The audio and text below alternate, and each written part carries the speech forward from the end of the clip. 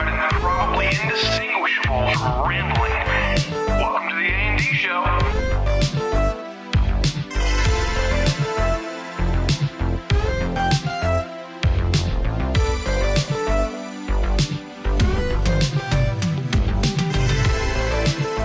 Hello and welcome to the A&D Show season finale, season 2 season finale. I'm David. I'm Austin. And we've got quite an episode for you today. Hot take. It's been a hot minute since we've recorded an episode. It feels like we haven't recorded since 2014. It's not been quite that long, but close. Feels that way. It's been, when was our last episode dropped? In January? Or February? February? I think February. Early February. Yeah. It's been a little while. Well, welcome back. Welcome back to you, Austin, to me, I'm David. happy to be here for one episode before we leave again. Before we call it quits for the season. You're welcome, America. You are so welcome. We got a lot to talk about. So here's the thing. We had a lot happen in the last couple months, and it's time that we sit down and we talk about it. Why? Because that's what we do. We sit, we talk, we record, we put out for the world to listen, and then they don't listen. While our collective hearts break and yearn and stuff. I don't know. What are we talking about? Let's just get into it. What do you say? Yeah, perfect. All right, so there's been a lot of movies teased. There's been a lot of movies released, and we figured because of the sheer quantity of new releases that are out, that we would just take some time and talk about some of these new movies, what they mean for their particular franchises, if they're a franchise, what they could be. We're going to postulate on some movies that have not been released yet, which we're really, really excited about, or some of them that we're not so excited about. And then we're also going to talk about a few that we're gonna tease a little bit of our next season premiere, because we're going to wait until that episode to talk about certain things because we don't want to spoil them for you. So before we even get started, we are going to do our best not to do any spoilers on anything that you have not had a chance to see. Correct. An actual legitimate chance to see. Being fully aware that Endgame dropped this past weekend. Yeah, literally 4 days ago. Literally 4 days ago. I guess a time that this drops, this will probably drop on Friday, I guess. Yeah, or it could come out tomorrow. Who knows? It came out this past Thursday. Yeah. So, we want to be wary of that. David and I have both seen an advanced copy. Yes. Thanks to the internet. Internet. We also want to be wary. We don't want to spoil anything for anybody, even though good luck. Apparently in 2019, people don't know. So I'm a big sports guy. Yeah. Okay. Now don't do this. Okay. But LaShawn McCoy, who's a running back for the Buffalo Bills, on Friday, or was it Friday or Saturday, tweeted out major in-game spoilers to his millions of followers. He tweets out two huge spoilers to Endgame to his entire Twitter following. That's a real jerk move. It's a terrible move. Did I ever tell you about that guy that was a student in the youth group that I was on staff for back in Arkansas? That he would go to his dad's and they would go and see movies, every single movie that was out, and then he would summarily spoil every single one of them. Jerk. With whenever this is hilarious. Whenever Star Wars Episode 7 came out, that was the big moment, right? And then the big moment for that, spoiler alert, the big moment for that was when Han dies. If you haven't seen that movie by now, I'm sorry. Listen, it's been multiple years. It's been 4 years now since it came out? Right? Yeah, something like 5, maybe 5 years now. Could be. But when Han dies, that was the big shock. Right. Immediately he goes and sees that opening night, immediately goes on Facebook and says, yeah, it was all right. Han died, so that kind of stunk. And I saw that and I was like, you idiot. I unfriended him. I hate that. We say all this to basically say that, listen, I don't like spoilers either. Right. The only reason why I watched a marginal quality copy was so that I wouldn't get spoiled. Right. Well, let's just put it this way. I do want to give initial reactions.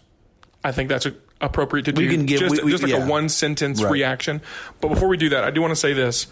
We are abiding by the rule that my favorite anti-spoiler meme for this movie that's come out, which said, do you guys remember back in Infinity War when Doctor Strange watched the ending of Endgame 14.5 million times and didn't spoil it? Be like Doctor Strange. We are following that rule. We are. But I will say, I will give my initial reaction.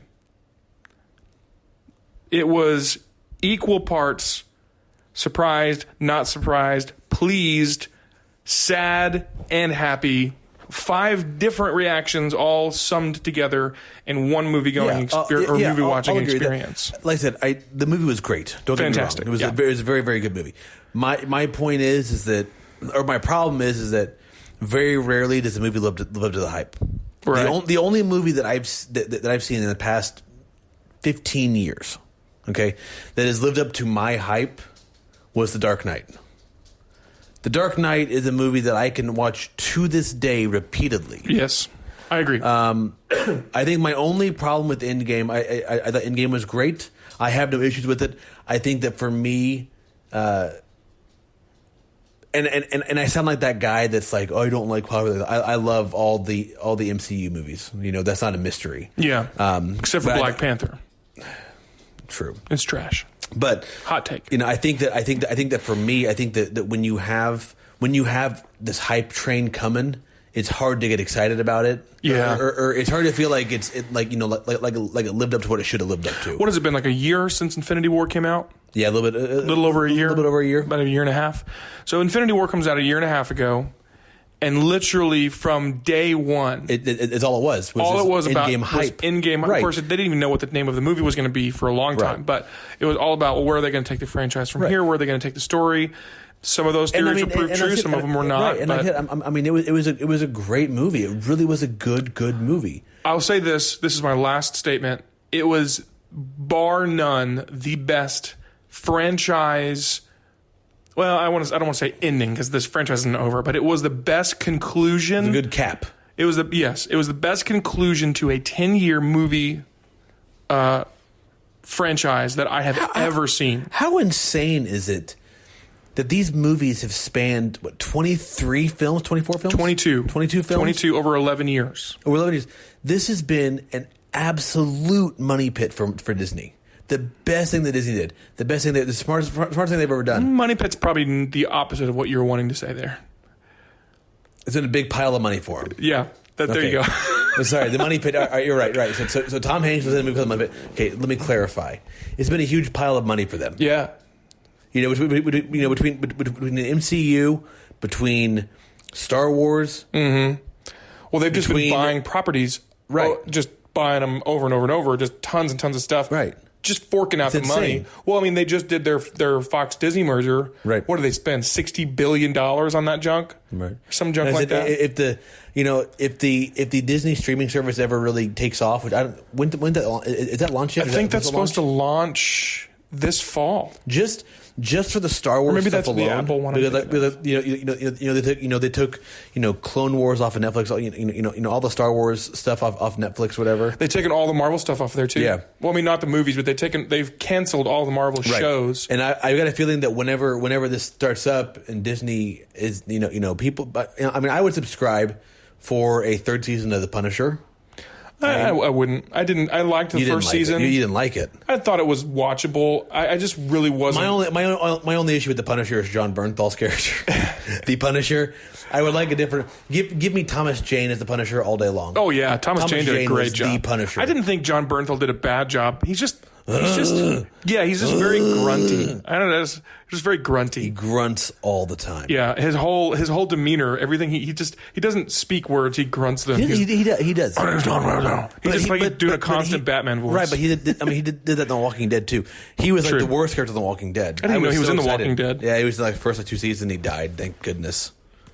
Yeah. So I don't know. My biggest qualm with any Netflix series, with the exception of Stranger Things, which I still am a big fan of, and I'm excited about that new series coming out. Literally like 60 days away from that right now. I'm super pumped about that. But with the exception of that series, that's the only series that Netflix has come out with as an original series that I thought was just stellar. And the only reason that I don't particularly care for Netflix, two things. Number one, they just feel like they have to, because they can, put just the extreme when it comes to profanity and sexually explicit content and everything. And I just don't get into that. I don't want that. Right. And the only other thing is they're whatever reason, they've decided that their storytelling method is to just draw it out as long as they can. Nothing happens but every 5 episodes. And it's like a movie, right? Well, let me back that up. My friend Corey, he's been on the show before, he told me one time that he's a preacher. He was telling me that he was going to preach a message. And he told me before he preached it, he said, it's a really, really long runway for a really short flight. So he had all this set up, and then he had like 2 minutes of his actual message, and then it was over, right? And that's how every single Netflix show is, right? Most Netflix movies are that way too, right? Where they just build up, they build tension, and then they have like one episode of this crazy cataclysm, and then it's over. Right. I'm trying to think of other than Stranger Things, of the last good like original Netflix show or movie, not like you know it's not like a Marvel property. Yeah. And I really can't think of the last good, Netflix show. I mean, there's several that are passable, but none that are very great. One? Well, I mean, there were several. I mean, okay, so we've already established that I have pretty low standards when it comes to what I like when it comes to movies, right?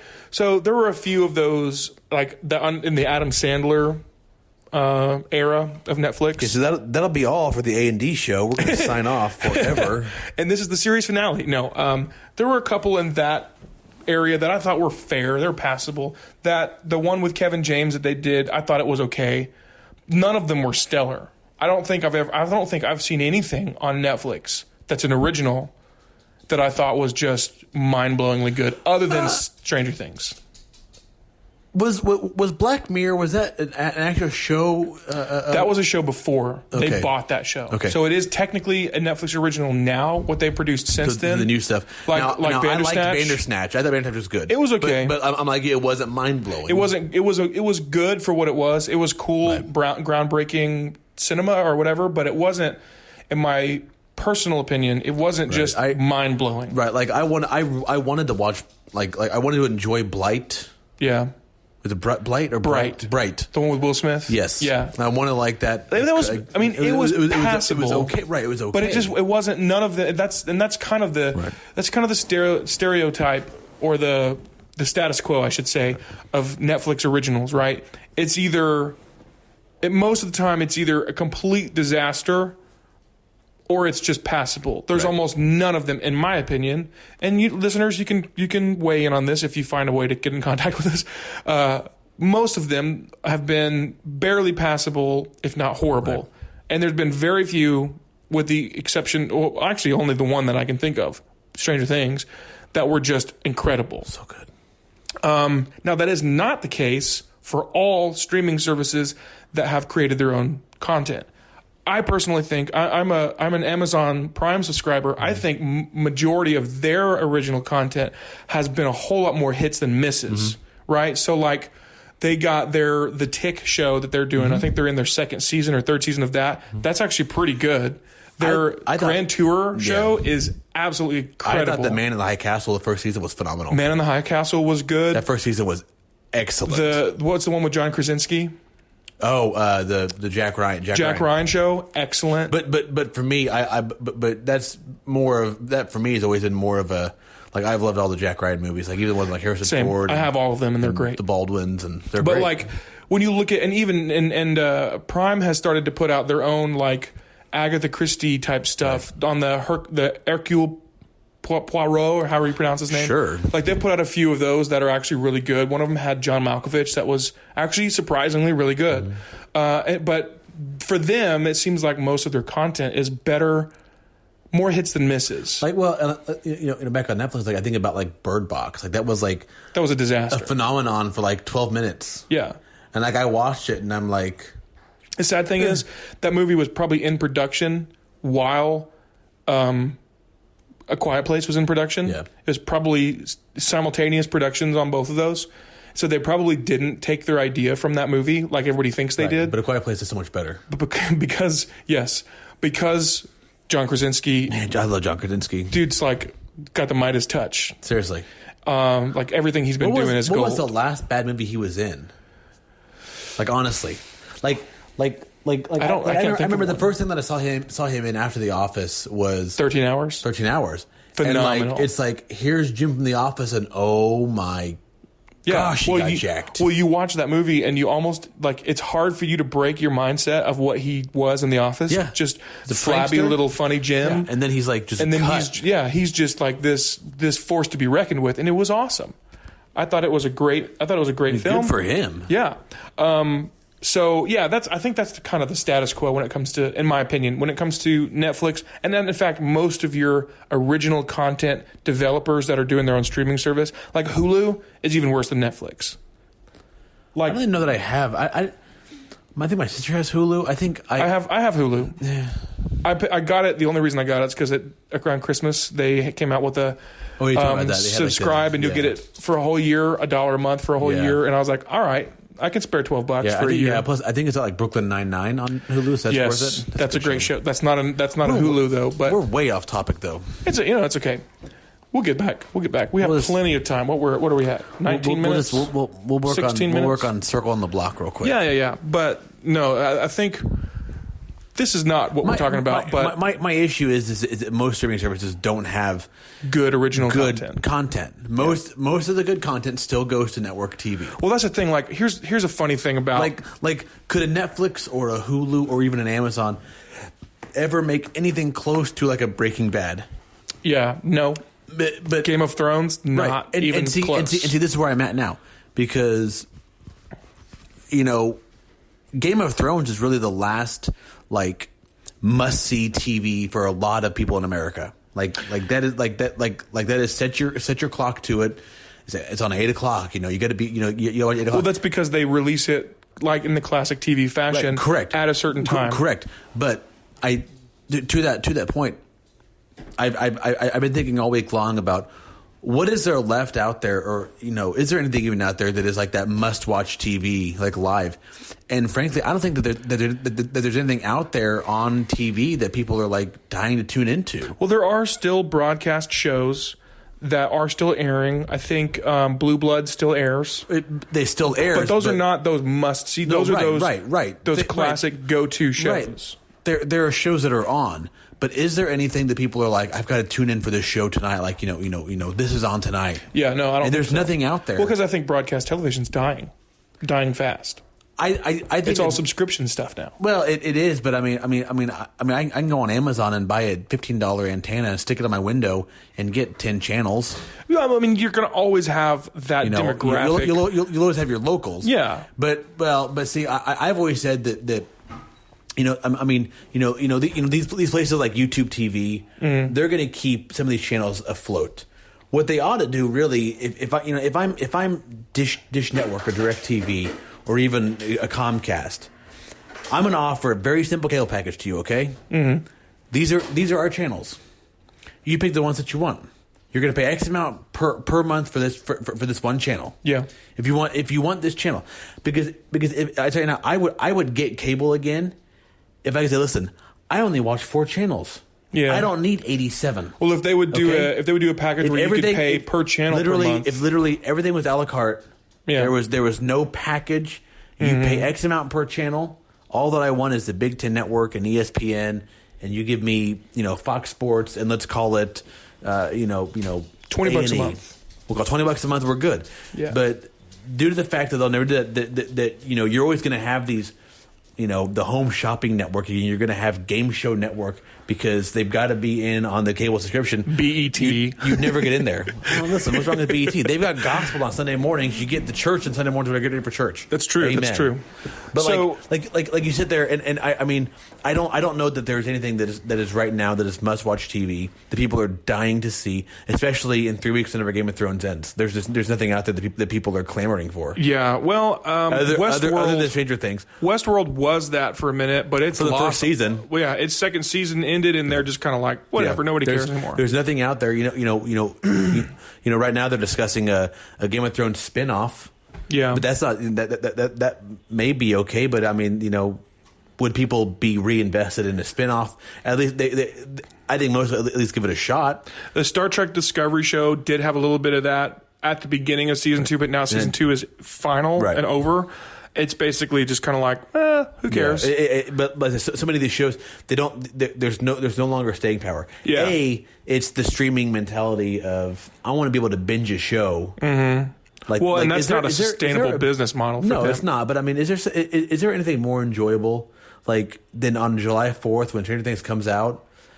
Binging the entire series in one day? Yeah, from start to finish. I'll be at a cookout. I'll have to wait a few weeks. But yeah. I mean, honestly, there's not a whole lot of. I've got a kid at home, so I definitely am not going to be binge watching Stranger Things. But there's nothing quite as gratifying as having your shows, your entertainment on your schedule. Right. Instead of having to work your schedule around their production or their release, like you would with broadcast television, you now can watch whenever you have the time. You can plug it up like I do, plug it up in your radio in your car and watch it when you're driving between work and home. Not safe. Or you can sit at work like I often did, and you can watch it when you're not doing your job. But I said, it's a different mentality now. Yeah, it's a totally different world. Nobody wants to invest. I don't want to invest 22 weeks once a week. Right. I was a big, I still am a fan of The Blacklist. I really enjoyed James Spader's character in that show. Yeah, I think Netflix owns that now. They do. Yeah, it's still on. The problem is that this new season's been going on all year long. And I'm not going to get on the NBC app once a week and watch this show. I'm just not going to do it. Yeah. I think that these companies have to market differently. But that also goes into the, I'm not a fool to think that if I don't watch Stranger Things within the next few weeks of it being out, that it's going to get spoiled for me because everybody else has seen it. Yeah. Well, I think one of the things that, entertainment consumption is at an all-time high, but people want entertainment like they want food. They want it like they have the Burger King mindset. They want it their way. Right. They want their entertainment, and they like the entertainment that's being produced, a lot of it, not all of it, but they want it at a pace that is better on their schedule. They want it at whatever time they want it, and they don't want to have to wait between weeks to find the conclusion of the story. And I think that they're capitalizing on that with streaming services, releasing whole seasons. But that's not a very sustainable business model because what happens is you spend, I don't know, what is Stranger Things budget, like $100 million per season or something because of how much, and that's an incredible show, incredibly well produced. They spend all that money on 8 or 10 episodes, they release it, it's done. And then they have basically however much time they want to take, usually about a year and a half, to produce and release another one. But it's like, it's sustainable in and of itself, but at the same time, it's like people are going to get real tired real fast. And that's the reason why shows, I think, are dying. Shows Westworld that had a huge budget.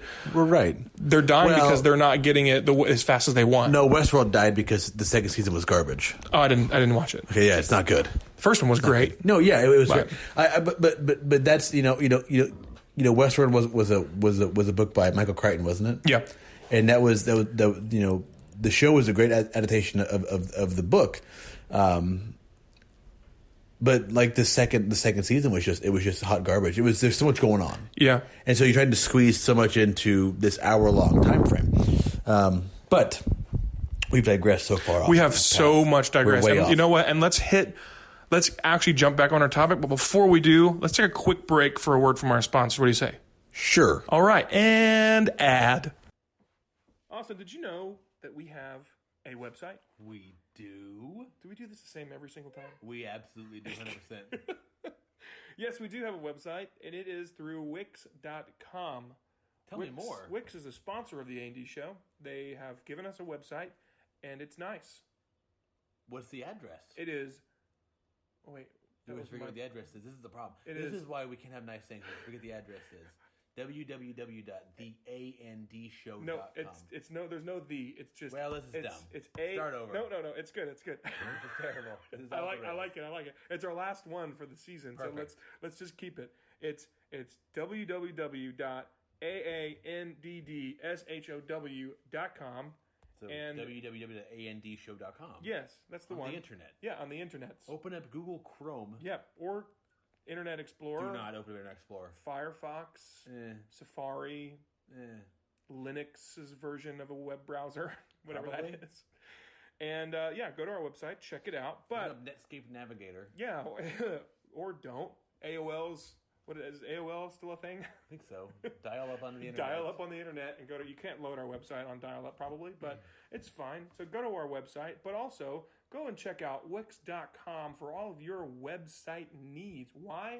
Because they're a pretty cool place. And they do are really cool really cool websites. places. It's super easy, super user friendly, and they have thousands of free templates that you can use, and you can just apply it to your website, put in your own content, and in a matter of just a few minutes, have a really slick, legit website. You can do all kinds of things on there. It's great. Yeah, so check it out, Wix.com, and thank you, Wix, for being our sponsor. We love you, Wix. We love you, Wix. You're the best. You are the best. Love you. Okay, are we done? Yeah. Okay. And we're back. Hi. That was a great word from our sponsors, right? Phenomenal. So many of the good words. Riveting. Every one of the words, and they were all so good. They were something. Something else. It was, yep. So let's get back to our actual topic, since we've spent, most of our episode at this point Building up to to nothing, pretty much. So there's been a number of exciting and some not so exciting movies. What do you think we should start with? Should we start with like the not so exciting and then build into the exciting? Please. Okay, Please. So there's a movie trailer that came out today. Today, what is today? Tuesday, the 29th of April. 30th of April. Wait, is it? Yes, 30th. I can't see. My watch is dead.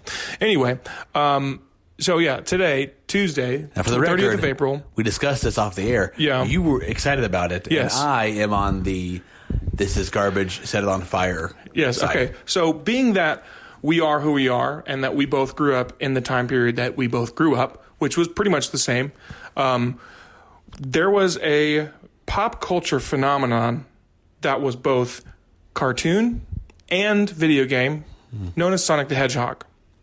And if anybody has been, venturing through the vast wasteland of YouTube today, they will have come across the new trailer for the live-action Sonic the Hedgehog film. And What happened to Sonic? It's very, very, very mixed reviews from these two hosts right now. Sonic looks disgusting. Sonic looks a little weird. That's He looks true. disgusting. My wife just pulled him up on the phone, and Haley is terrified. She is terrified of how Sonic looks. The only thing What's wrong with his body? I don't mind their Nope. their You should mind. creative expression of what he looks like. The only thing that I do not like is his teeth. He has human teeth. He has human teeth. Hedgehogs don't have human teeth. Well, he Anymore. never had. He just had the white strip teeth. Look at his legs. Look at his legs. His legs are up. Listen, if you're listening right now, go to Google. Go to Google. Google.com. Google.com. In the image search bar, type in Sonic the Hedgehog movie, and then you'll see Sonic. it's so bad. You avert your eyes. It's terrible. Now, It I is will so say, bad. yes, they took some creative liberties with. Creative Liberties is a travesty.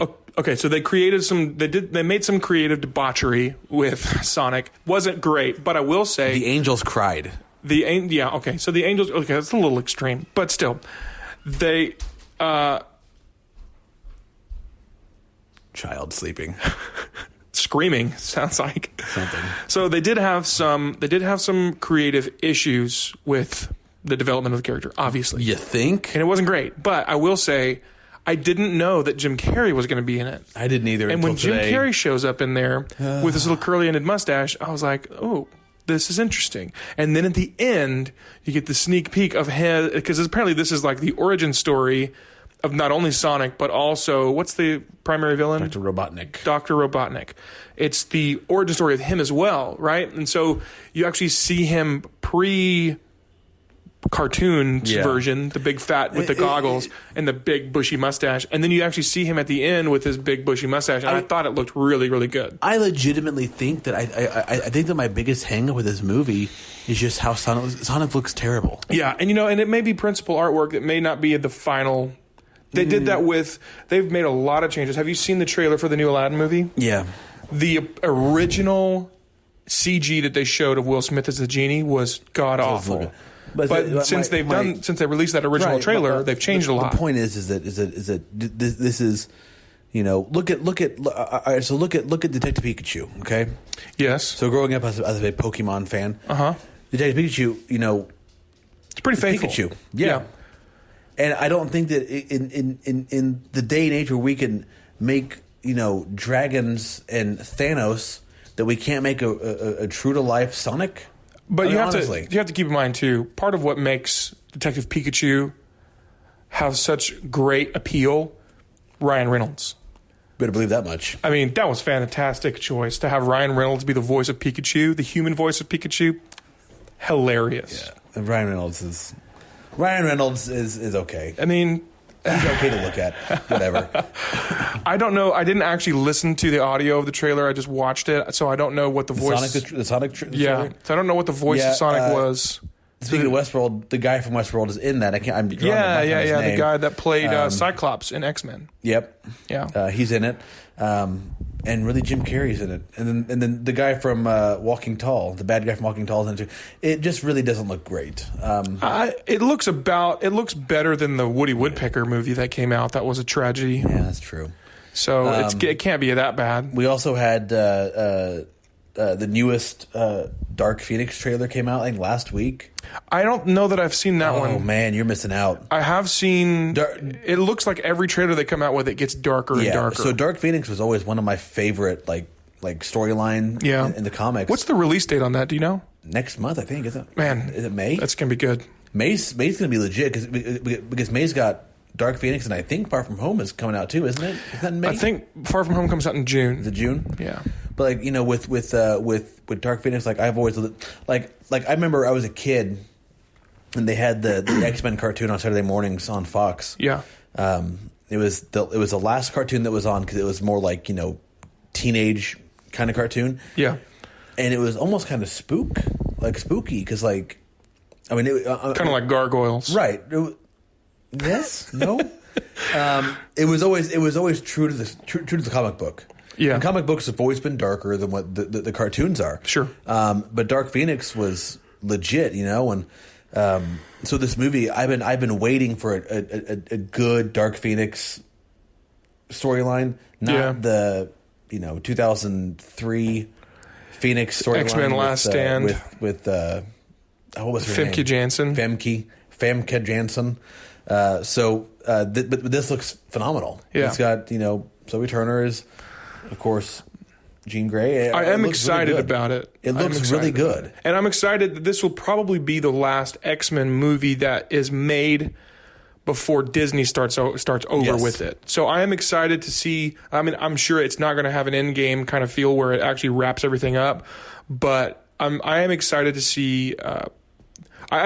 Here's my thing.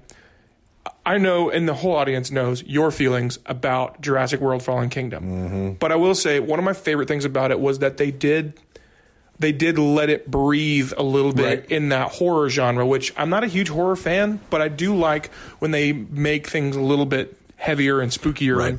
And so I am excited to see what has historically been a very lighthearted franchise take a darker spin. I think that's going to be interesting. I think I'm really interested to see that. And speaking of darker spins, I am really excited to see this Joker movie that they just have released trailers for. So that newest trailer, we saw a teaser. They had a teaser that came out like 3 or 4 months ago. The teaser that basically teaser. was just Joaquin Phoenix's face. Yeah.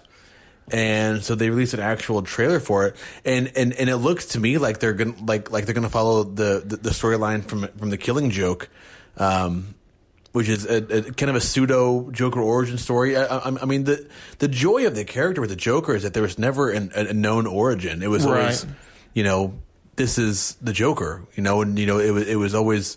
Well, there was always, Burton's Batman had an origin. Mm-hmm. Nolan skipped the origin with the Joker. Well, what was cool was that he did put in their origin story things, but they were all like misdirects that were strategic, that were meant to build fear by the Joker to his victims. And it worked. And it was awesome. He did a great job of that.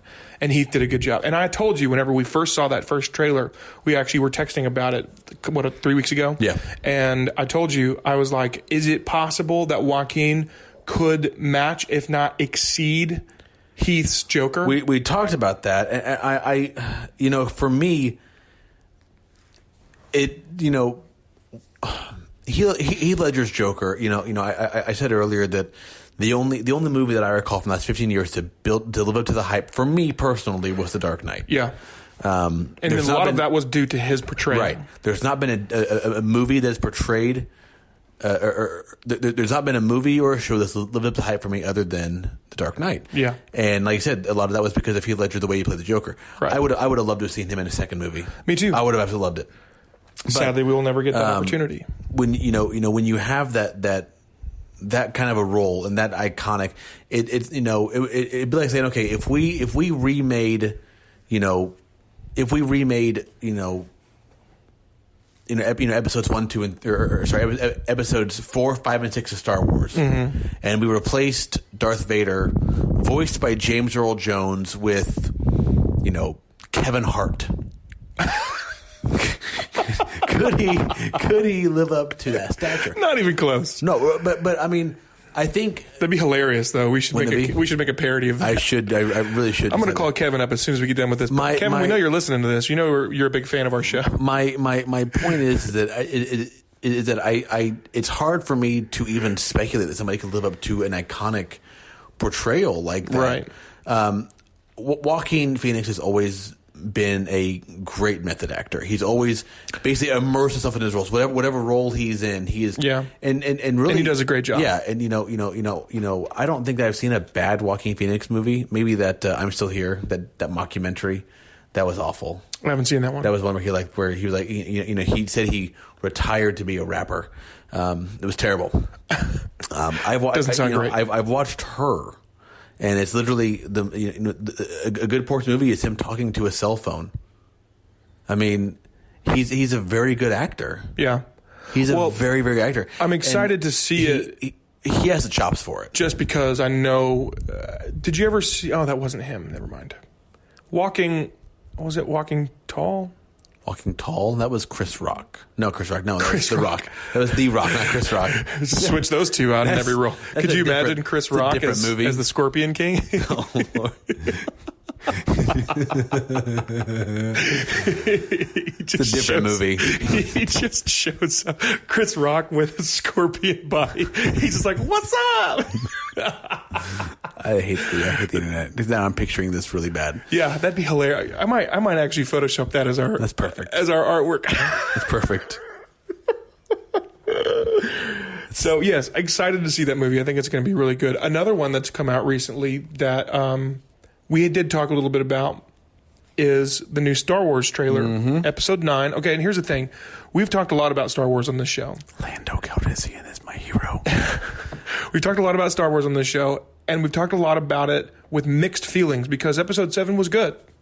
I liked it. I liked where they were leading the franchise with that show, with that episode or that movie. But then Episode 8 came out, and it was hot garbage. Well, but I think that we saw in this first trailer, JJ actually came back and said, "Listen, which is the right decision. Yeah. Thank you, Disney. We know you're listening. Thank you, Disney, for bringing him back. I think, and JJ for coming back. Yeah, I think that likely what's going to happen is in the first 10 minutes of this movie, he's going to fix all the wrongs. He's going to completely retcon that entire film, just completely write it out of existence. I mean, it was bad. One of the things that I thought was so cool, and I actually texted you immediately whenever I watched this, and I texted you and I was like, "Hey, have you seen the trailer?" And you said, "Yes." Oh my gosh! And I said, my words to you were, "Is it possible that he was able to fix all the problems with Episode 8?" All the mistakes of who was it that directed that? Was that Matt Reeves? No, Reeves did. Reeves is doing the new Batman movie. Yes, I'm excited about that. I can't remember. You keep talking. I'll look at Rian Johnson. That's who it was. Yeah. I said, is it possible that JJ in one trailer, one teaser, has fixed all the problems that Rian Johnson created with Episode 8? And I said, that man is a genius. Right. And you were like, I think you actually responded to that. But still, I think that's awesome. I think so. Yeah, but it's true though. Thing is, we all knew how bad Episode 8 was.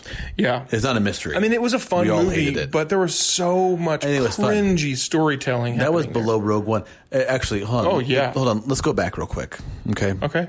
I recently rewatched Rogue One. Yes. Did your Now, opinion change have, of it? I have long railed on my issues with Rogue One. Okay. It's moved up my list. But only because episode 8 was so bad. No, right? no. It's. I can put that back in the respectable category. Really, for me, there aren't a lot of Star Wars movies that are in the bad category. Mm-hmm. Episode 8 is one of them. Yes. Episode 1 there were parts of episode 1 that were horrible. terrible, like the pod racing and all that nonsense. Midi-chlorians, Jar Jar. Jar Jar. But man, I do think Darth Maul got a really raw deal. He was an incredible villain. A better villain. Yeah, he would have been. What did you see Solo?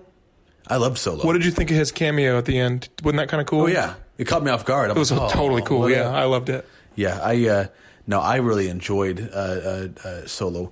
Episode 8 is and portions of episode 1 were really bad. But like I said, I've rewatched Rogue One, and I want everyone to know that you have changed your opinion on it. I've changed my opinion on it being the worst Star Wars movie. Yeah, I respect that. It's important it's important for everyone to know this. Yeah, it's ahead of both 7 and 8. Both of them. Yeah.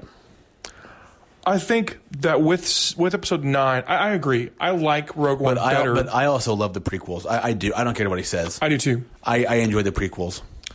I do too, but there are parts of them that are super cringy. Don't care. Anakin's entire storyline. He's a whiner. He's a whiner. I love Natalie Portman, though. I do also love that youngling scene. You're a psychopath. Yes. That's well established on this show. If you're not familiar with what he's talking about, the scene when Anakin goes to kill all the younglings and he strikes his lightsaber and that one little boy with that rat tail jerks out of fright. He looks so scared. He looks like he's about to cry and poop his pants. I don't know Austin why. Every time I really enjoys that scene. Every time I watch that scene, I always just laugh because it's just like he goes this Huang and it's like because I always laugh. That is the single darkest scene in that entire film, and you are just a chuckling over there, just a chuckling. Yeah. Hilarious. If they were better Jedi fighters, they would have been all right. Ugh. So let's jump off of the Star Wars train for just a second, and onto the DC train for a minute. So there's been a couple of movies come out, and there's a couple of movies in the works that we haven't seen trailers for yet that I want to talk about for a second. First of all, Aquaman is the latest one that I have seen. I haven't seen Shazam yet. I'm excited to see it, but Aquaman. Here's the thing: the DCEU has been shotgun blasted with problems. It has had plot holes and director issues. With Zack Snyder having to jump off of there and Joss Whedon coming in and not doing a great job of fixing, quote unquote, his work to change the tone of everything. And, this just gone through tonal shifts like crazy. But when they finally had Wonder Woman as their big blockbuster success, which was a great film, I really enjoyed that one. They decided that was the direction, stylistically, visually, writing-wise, they wanted to go. Well, they went and they just kind of ran with it for Aquaman. And I will say, from this person, from me right here, that movie was incredible. And I've not seen Aquaman yet, so I can't. It's on my Amazon. You have access to it. You've told me Feel free that. to watch. You told me. It is okay, let me put it this way. It is not groundbreaking storytelling at all. But it is so much fun. You get over how campy it really is.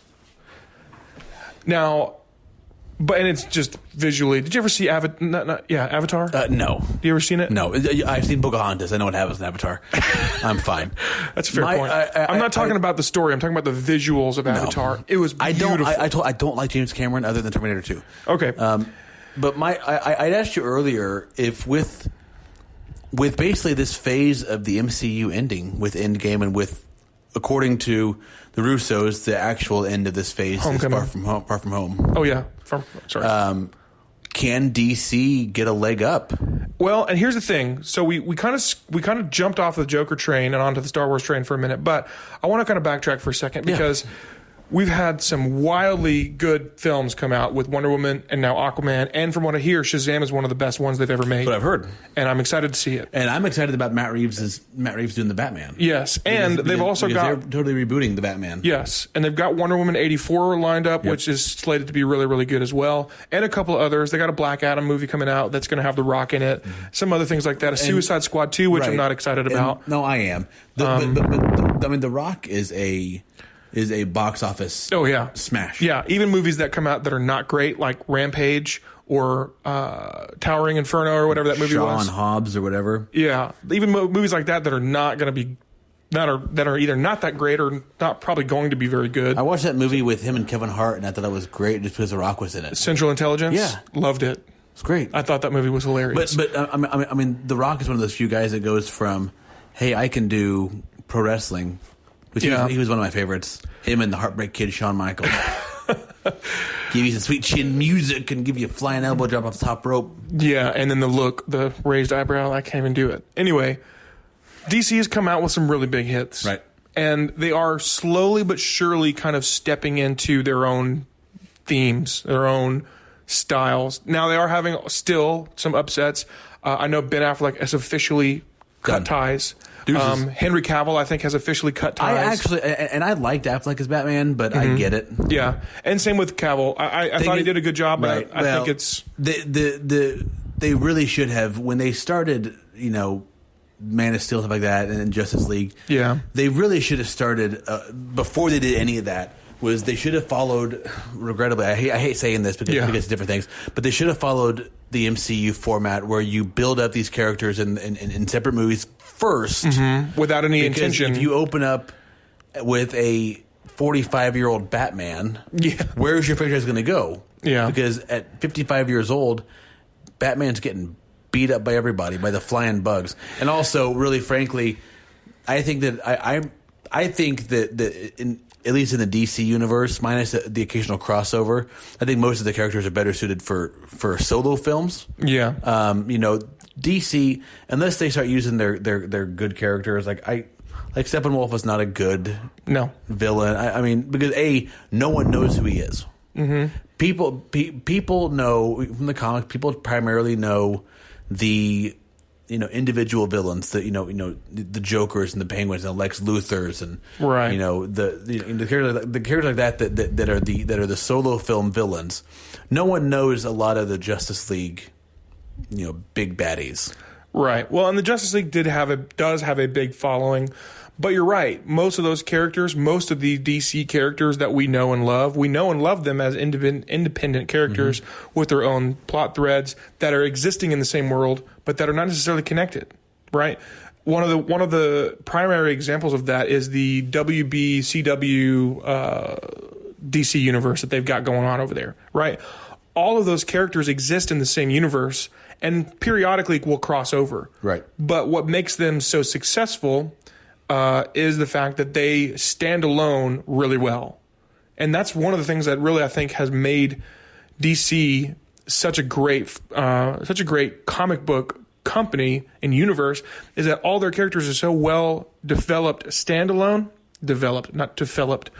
They have been developed so well as a standalone character that it's really cool to expand the universe with quick cameos and small crossovers. Right. But when it comes to those big blockbustery team up type storylines, they had never really historically been as good, as far as I'm aware, as Marvel has. But I do think, and here's the thing that I really wanted to touch on when it comes to DC, and then we can jump onto the Marvel train again for a quick thing before we finish up tonight.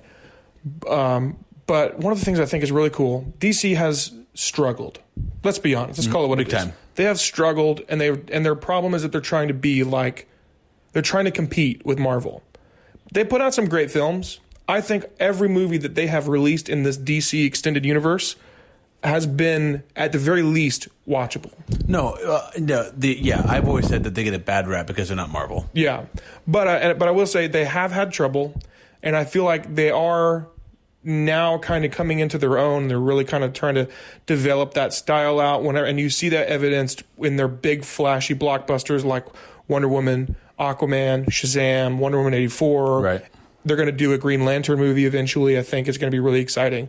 They're really coming into their own. But one of the things that I think is really exciting is their solo independent at least at this point, they haven't been slated as being in the DCEU. They're just DC properties, that being the Joker. And even this new Batman, though it was originally slated to be part of this DC extended universe, I think they have since kind of stopped talking about it in that regard so that it can be its own separate independent property project. And I think that's the right move for them. I think stepping away from this universe development thing, because let's be honest, even, and I feel like I can say this without it being any kind of a spoilery thing, because it's nothing to do with the actual story. The Marvel Cinematic Universe is basically over with Endgame. Like they are going to, Far From Home. Right, but I mean that's been known for a long time. Right. They're going to continue that, and they're probably going to try and restart with a new ongoing thing and do another 22 movie run to get to this other big, turning point. But for all intents and purposes, the Marvel MCU, Marvel MCU, that's like ATM machine. The Marvel Cinematic Universe as we know it, that started in 2008 with Iron Man, it's gone. It's done. It's dead. That story has come to an end. The door's wide open for somebody else. Right. And that's fine. That's great. And so basically, I think this is the perfect time for DC to step in and capitalize on the vacancy that Marvel is leaving open. I actually really enjoyed Suicide Squad, and I look forward to the next one. I really do. Depending on depending on casting, etc. Yeah, I think it was chock full of a bunch of problems, but it was a watchable movie. But I said it was the worst one that they released. Not like it's not like the Marvel universe has been all hits. Look at New Mutants. Where is that movie at? True. Where's New Mutants? Yeah, because I was actually really excited about that. Cloak and Dagger, which is a Hulu show. So all the shows on Netflix are gone. Yeah, Agents of S.H.I.E.L.D. I saw the first few episodes. I couldn't get into it. Yeah, I wasn't too involved with it. But not every movie they've had has been a huge hit. So I don't believe that this is some impossible task for DC to do by saying that they need to find a way to make it work. Right. Well, I think that here's the thing. I think that DC, I think, is setting themselves up, and I don't know if they know this. I hope that they're listening. Listen, Warner Brothers, because you need to know this. This is a big deal. This is a big deal for you right now. DC is in the prime window with the Joker, the Batman, Wonder Woman 84, and then the rest of their other DC movies that are really starting to kind of get some cohesion together. They're in their prime window to really hit it off. You could get right. Now the end game has come, and the end of Phase 3 with Far From Home. If they could build 2 or 3 straight hits, man. Yeah, they can really capitalize, and maybe not necessarily steal the market from Marvel, but at the very least start to actually compete. Right. And one of the things I think is really exciting is that we've already talked about the Joker and how exciting that film is it is already before even having seen it. But also there's this Batman movie, this origin story, detective story, that's really exciting. And it's going to have that same gritty kind of feel that we get from the Joker, from what I understand. And if they retcon the Joker film into it somehow, much the same way that Marvel tied Iron Man and the Incredible Hulk together with basically these last minute thrown together scenes that they just chucked in there at the end of the post credits or whatever. That was really because those movies were standalone. They were never conceptualized, as far as we're aware, as being part of a grander story. I agree. They just created these scenes after the fact, after their premiere, really, and threw them at the end of the credits just as a tease. And then it ended up becoming a 22 movie run and one of the most successful movie franchises of all time. Right. And if they will notice that, if they will take this hint, so to speak, and capitalize on this window, this opening that Marvel is letting the franchise breathe for a second, DC can step in and can really make waves. And if they do it right, they will take this origin story Joker, because they've already teased that there is a Batman cameo, even like as a child. They've already teased that in the trailer. If they will take that and capitalize on that, and when the Batman 2020 movie comes out, they will retcon that story back into it and link them, even if it's subtly, just link them together. Then they can really start to build that franchise up from there, and they can really, really take off. And 100%. I think they have every bit of potential. And if they don't capitalize on that, it's a missed opportunity. 100% agree. So now that we've discussed DC, let's hop off the DC train for a minute, and let's jump on our last topic for the night, that being the Marvel train. And we're not going to talk too much about it because, again, we're going to wait for season 3 premiere to really talk about Endgame and really dive deep into that. But there has been one other movie that has come out, and it's a little bit of a hotly debated topic right now, especially between the two of us, because we have very contrasted opinions on this. And that is Captain Marvel. I'll start by saying I thought it was a good movie. I don't know. Have you seen it yet? No. Okay. I thought it was a good movie. And it's for no other reason. It's not like I'm some the feminists taking over. My issue with Captain Marvel is that I don't believe it's a necessary movie. Well, and here's the funny thing. I watched it, and I told you before we were going to watch Endgame together, or with our little pre-screening that we were going to do, and that didn't happen because I couldn't stop myself. Well, you couldn't stop yourself, but I also told you I wanted to watch Captain Marvel first, so I made the effort. I watched it first because I felt like I didn't want to go into Endgame without every storyline that I felt like was necessary to complete the narrative. I wanted to finish that franchise out, having watched every episode of the series, so to speak. And so I watched Captain Marvel, and I'll tell you, I enjoyed it. I enjoyed it a whole lot more than that hot garbage they called Black Panther. Yes. I thought that movie was throwaway at best. My mom loved it, but she just loves pretty black guys. Who doesn't? Whose mom doesn't love pretty black guys? But I love you, Mom. She's probably listening to this. But I thought it was great. Number one, I like Brie Larson. I think she's very attractive. I think she's a fair actress. She's not great, but she's fair. I liked her a lot in Kong Skull Island. The story was good. It was a lot of fun. There were a couple of things that they had teased about Nick Fury that whenever they played out on screen, I was like, they probably could have done that a little bit better. Probably. Primarily how he went blind in the one eye. They kind of made it a joke. He teased about it. They gave a little teaser earlier in the series where he said, the last time I trusted somebody, I lost an eye. Well, they made it sound more serious in that moment, that he was really had his trust was betrayed or whatever. Right. Well, whenever they play it out in the movie, whenever you watch it, you'll understand. It's kind of a throwaway joke, and it was funny, but it didn't really play that well on screen. I did like Jude Law's character. Overall, I thought the film was a lot of fun. But I will say, having watched it and then having watched Endgame, it made absolutely no impact on the Endgame story. And you having watched Endgame without having watched Captain Marvel, I don't feel like I know anything. Other than the fact that she was an integral part of their success or failure, I won't give away the details. Her role in that film, other than the fact that she had a role to play in that film, nothing that happened in her standalone film impacted the story in any way.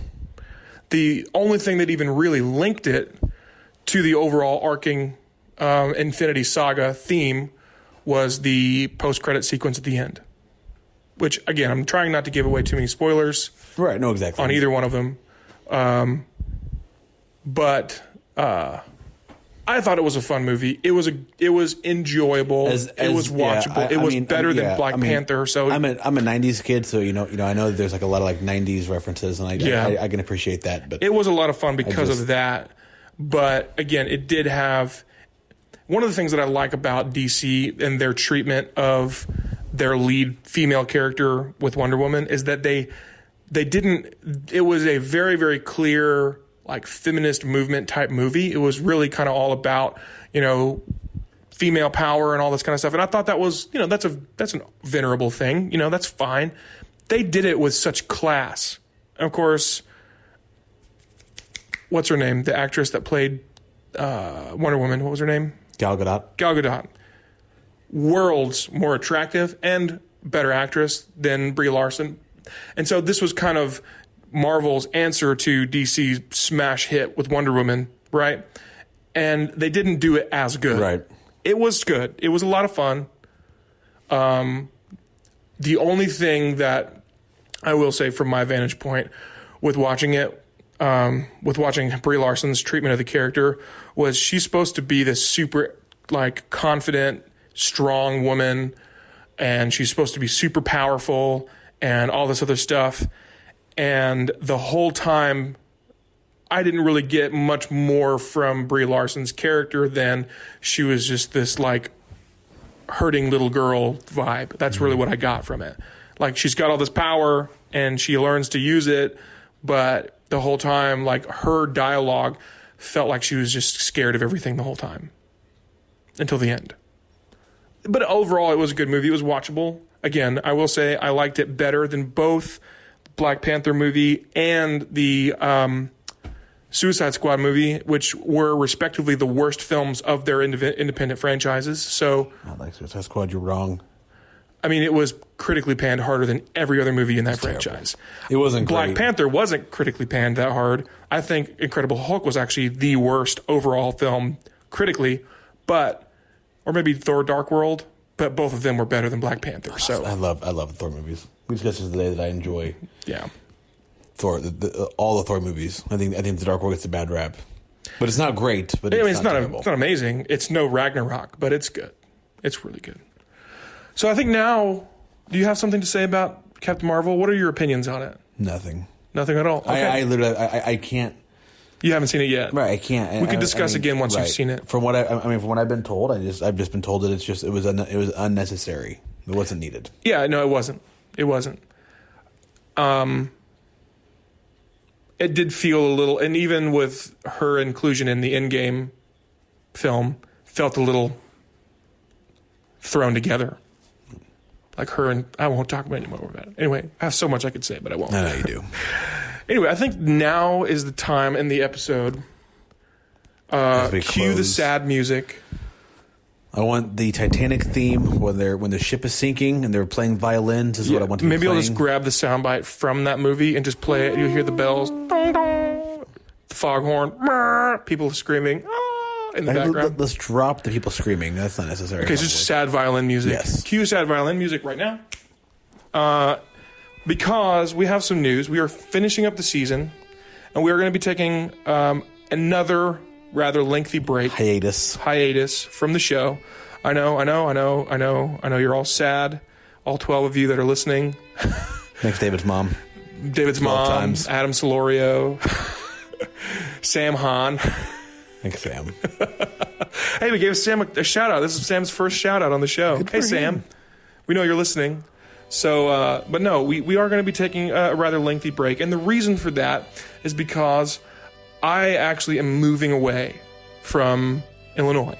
So for the last almost 2 years now, and for the last year-ish or more that we have been doing this show, Austin and I have lived just 20 minutes from each other. Mm-hmm. So we'll get together periodically to do the show. And it's worked really well. But, like the good book says, to all things there is a season. And this season, for me, is coming to an end, and I'm just transitioning into a new season.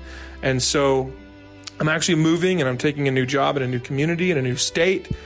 But I will say that our show is not going to die. We are going to continue, and we are going to come back in season 3 with some more hot, debatable topics. Yes. So, with all the transition and all the change and the long break, we understand we may lose some listenership, but we hope to psych you guys all out again and potentially gain even more listeners when we come back from our long break with new content. And we're going to kick it off with discussions about the future of the MCU and all the juicy deets about Endgame. So hopefully you've seen it by then. So we're not spoiling it. We're Surely holding it'll off be- on discussing Endgame because I really want to. Yeah. But we're holding off on discussing Endgame until the season premiere. Surely it'll be available to the masses by then. Hope. even Far From Home should be available by then. Probably. I don't know when we're going to kick this off again, but we'll figure it out. Yeah. And we'll be available to no one. So that's not true. We'll probably, we'll post some things. We'll make sure that when we are getting geared up to kick off the new season, that our information will be public, and we'll make sure that everybody knows when that's going to begin. And it's going to be good. It's going to be exciting. Solid. It's going to be good. So, just as a not a goodbye, as a see you later from us at the A&D Show, we will see you guys again next season, season 3, and we hope that you'll stick with us through this rather lengthy break. But from me, I want to say love you all, and thank you for listening. Austin? I think you guys are great. I'm so happy that you came here with us. Came on this journey. It's been a long journey. It's been 2 years. What is this? It's been almost 2 years, and it's been 28 episodes. When you moved here, we had joked about doing a podcast, and it's like, and then we just decided to do it. we said to do it, and my wife still. She's in the studio with us right now, laughing. I don't about think our she's ever heard an podcast. episode, but She's listened to all of them because she's been here with us for the last 12 of them at least. She's been here tonight. She, it's funny that talk about you moving, and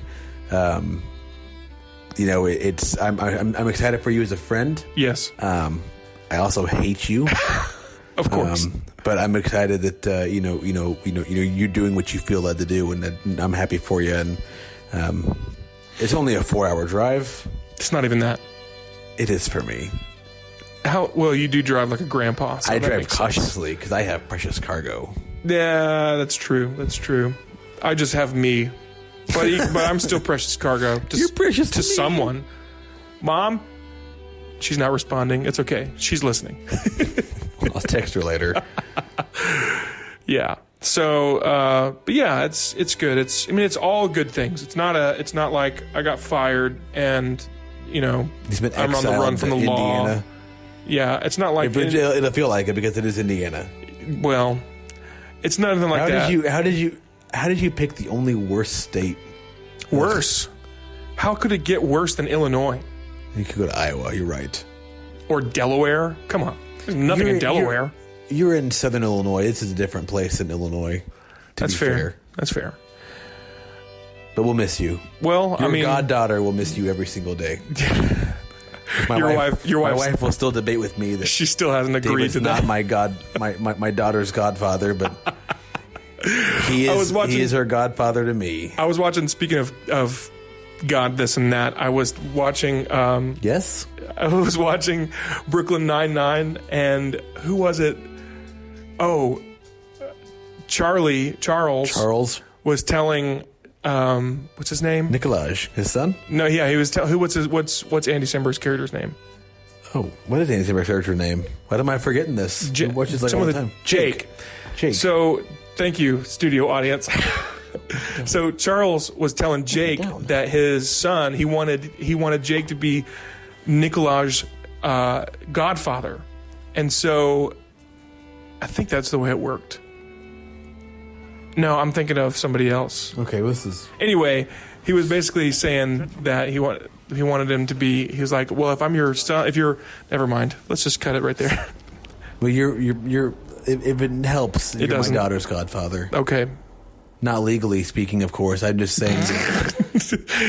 Not legally speaking. Is there legally speaking for godfather? I think- I mean, if anything ever happens to us, her parents are getting her anyway. So you can. Yeah, But you so- can still be in her life as her godfather.